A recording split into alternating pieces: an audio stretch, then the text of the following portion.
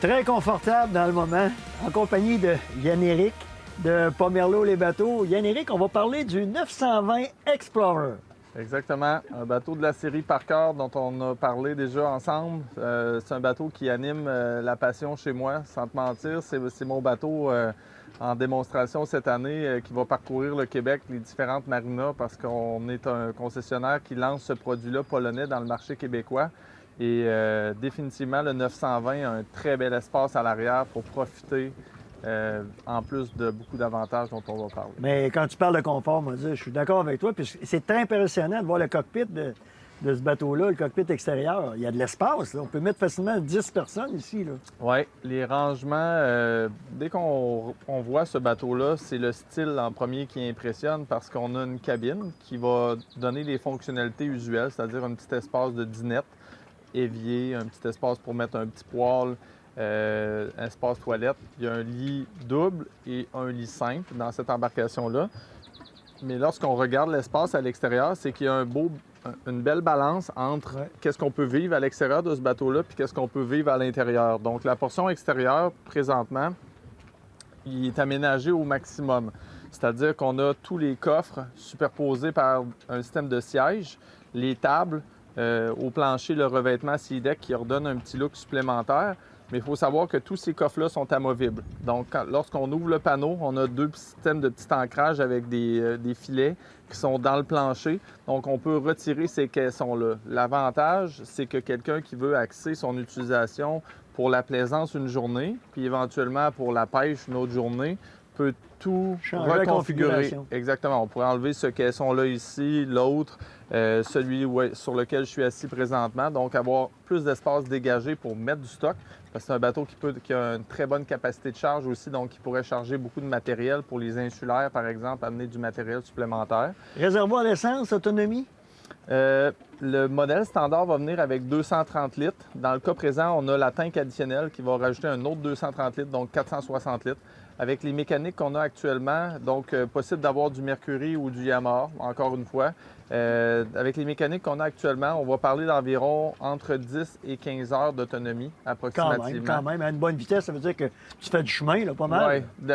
Quand je te parle de cette autonomie-là, je te parle à des vitesses avoisinant entre 25 et 30 000 à l'heure, approximativement. C'est un bateau qui embarque très facilement sur le planning, une super belle répartition de charge. C'est un bateau qui est capable de tenir sa vitesse aussi parce qu'avec sa longueur hors tout qui est d'environ de 33 pieds, ça donne un bateau qui a quand même qui va pas être très facilement porté à enfoncer dans la vague, là. Il va rester sur le dessus des têtes de vague, si tu veux. On va parler de l'intérieur, tu as 2 lits en avant, même. Un lit simple. 2 lits à l'avant. L'espace est juste parfaitement configuré pour donner un bel espace conducteur, un passage latéral qui va permettre aux gens de circuler sans être obstrués par le chauffeur. Les bancs aussi au niveau de la dinette sont convertibles. Donc, le banc avant peut être soit mis en configuration pour regarder vers l'avant de l'embarcation. Donc, quand éventuellement on s'en va vers quelque part et on veut voir vers l'avant, des fois c'est plus naturel que de tourner le dos à l'avant de l'embarcation. Donc là, on peut reconfigurer le banc. Cette petite dinette-là aussi peut être configurée en rabaissant la table puis il y a le siège qui vient avec pour un autre lit supplémentaire. Il est un petit peu plus court, lui, à ce moment-là. Ça va être un peu plus comme pour les enfants, mais ça donne 2 places Je me supplémentaires. sens visé quand tu dis ça, il est un peu plus court. J'ai parlé d'enfants, là, présentement. Là. Mais je sais Vraiment bien fait. Super Vraiment bien fait. Un élément que j'apprécie, on ne l'a pas sur ce bateau-là présentement, mais quelqu'un qui voudrait aussi extensionner son espace intérieur, il faut savoir que c'est encore possible, après cet espace-là, d'installer un système de 3 campeurs sur l'embarcation. Donc, on pourrait avoir ça avec ce qu'on appelle les privacy curtains, donc des petits rideaux pour être privé à l'intérieur, réaménager un lit ici sur la surface, puis être tout aussi confortable qu'à l'intérieur, même sinon plus, parce que le dégagement est très grand. C'est encore plus grand. C'est très polyvalent comme embarcation. Vraiment, Très là. polyvalent. Je porte ton attention aussi, Marcel, sur le plancher. La façon qui est fait, c'est lors d'une utilisation que j'ai faite l'année dernière avec le bateau pour la première fois, on avait quelques personnes à bord, un bon vent, je te dirais des vagues avoisinant les 6 à 8 pieds, dépendamment des secteurs qu'on a affrontés. Beaucoup d'eau qui rafalait à cause du vent, puis l'eau, le système de drainage de ces bateaux-là est vraiment impressionnant. Donc, on est sur un bateau qu'on dit self-bailing, donc il n'y a pas de système de pompe de Insubmersible. cale. C'est vraiment fait pour se drainer naturellement. Mais au-delà de ça, j'en ai vu plusieurs des bateaux, mais j'en ai rarement vu avec un drainage qui est aussi efficace.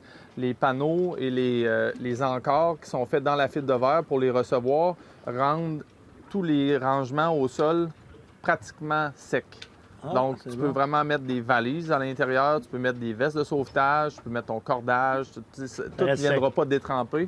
Après cet événement-là, l'événement que je te parle avec beaucoup de vagues, tout ça, je pensais au bagage, puis je me disais, crime, pour moi, il va y en avoir une couple qui vont être déçus, que leur coton ouaté va être mouillé ou des choses comme ça. Puis zéro.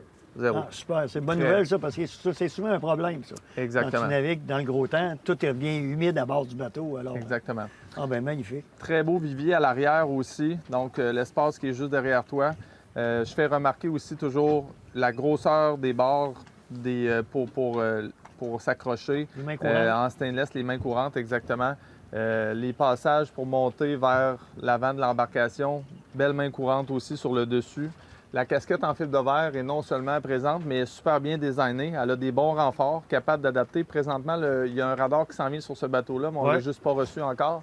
Mais super bien adapté aussi, une casquette comme ça en fibre de verre pour éventuellement pouvoir ajouter du matériel supplémentaire. Oui, c'est solide. On voit l'épaisseur d'ailleurs, jusqu'à quel point c'est solide. Donc, avec un railing, système de filet, on peut mettre une annexe, on peut mettre juste du rangement supplémentaire avec des caissons étanches ou des sacs étanches. Donc, ça peut être vraiment impressionnant. Il y a des belles excursions, beaucoup d'aventures à vivre avec un bateau comme ça. Vraiment une belle conception de bateau. Merci beaucoup, Yann-Éric. Merci à toi, Marcel. J'espère que ça vous a informé sur un nouveau genre de bateau. Et vraiment, là, très pratique, très bien fait et adapté pour les pays nordiques. Cette chronique vous a été présentée par Pomerleau les bateaux, une entreprise familiale depuis 1966. Restez avec nous. On vous revient après la pause. Après la pause, Marcel rencontre Richard Pelchat de Silverwax et comment faire un diagnostic rapide des embarcations avec Yann-Éric Pomerleau.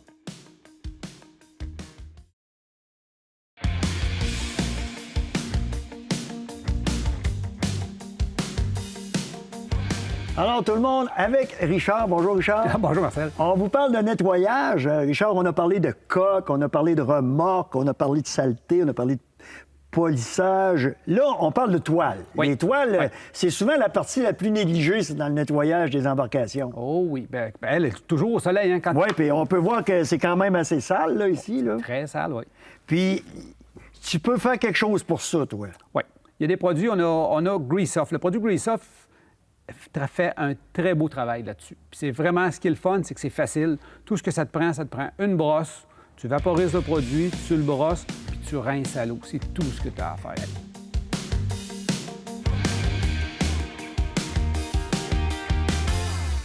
Là, il faut le protéger. Comme je dis, quand on le protège, ce qui est intéressant, c'est que la prochaine saleté, elle ne collera pas dessus. Fait que souvent, il va salir beaucoup moins vite. Puis quand je vais le nettoyer à la fin de la saison ou en début de saison prochaine, bien, ça va partir tout de suite, la saleté. Exemple, si on nettoie, puis il y a la saleté, puis il pleut, ça va-tu perler? Ça va perler complètement. OK. Ça va perler. Là, tu vas voir, la goutte d'eau là, va être complètement ronde. Là. Ça veut dire qu'elle va couler sur la toile. C'est bon. Les deux produits, c'est exactement la même application. C'est vraiment simple. Hein? Il y en a un pour les toiles en tissu. Oui. OK? Top Wash. Top Guard, et on a aussi Stand Out qui est pour les toiles en nylon. Comme aujourd'hui, on fait la toile en nylon. Ça ne touche pas l'imperméabilité de la toile. Pas du tout. De toute façon, les toiles, aujourd'hui, c'est bien fait. C'est imperméable. En réalité, c'est beaucoup plus pour l'entretenir et la garder noire, comme elle, là. Pas qu'à pâlisse au soleil. Ben non, c'est ça. Si tu ne protèges pas, tu te ramasses. J'en vois souvent sur des bateaux, les toiles. On dirait qu'ils ont 20 ans, là. C'est pas normal. S'ils l'auraient traité chaque année, ce qui prend faire ça, une toile de même, c'est quoi? C'est 3/4 d'heure à peu près. Elle va être noire tout le temps. Je prends le produit, tout ce que j'ai à faire, regarde, c'est ça que ça me prend pour installer ça. Microfibre. Une microfibre ou un linge propre, quelque chose. Je le prends. C'est tout ce que tu fais avec ça. C'est tout ce que j'ai à faire. Je l'étends uniformément, puis je le laisse sur ça. Fini. C'est tout ce que j'ai à faire. Puis c'est exactement la même affaire avec Top Guard, la même application. Fait que, Donc, il n'apprend pas de magie pour appliquer ça. Ça ne prend pas une technique spéciale non plus. Non. C'est très simple. Oui, pour garder ta toile, parce qu'aujourd'hui, ça coûte quelques sous remplacer ça. Là, fait que, tout à fait. Le faire une fois par saison, ça vaut la peine.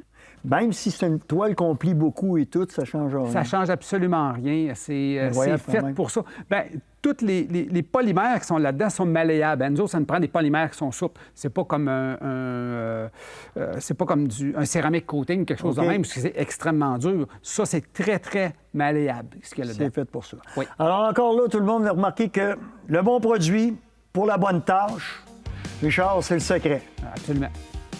Merci, Richard. Ça fait plaisir. Ce segment d'émission vous a été présenté par Silver Wax. Un véhicule propre va toujours mieux. Vous avez un petit souci avec votre embarcation, un bruit que vous ne connaissez pas, une alarme, quelque chose qui survient, qui vous insécurise.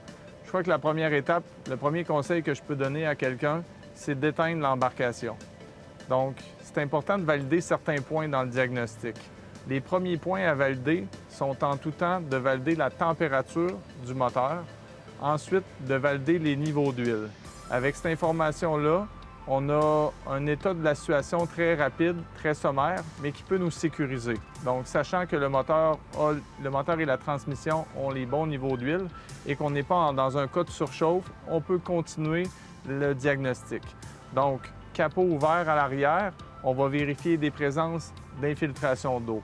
On a dans certains cas des personnes qui vont utiliser leur embarcation et d'une façon assez automatique, ils vont arriver, démarrer l'embarcation, ne pas vérifier si la pompe de cale automatique a effectué son travail et éventuellement avoir une trop forte présence d'eau dans la cale de l'embarcation.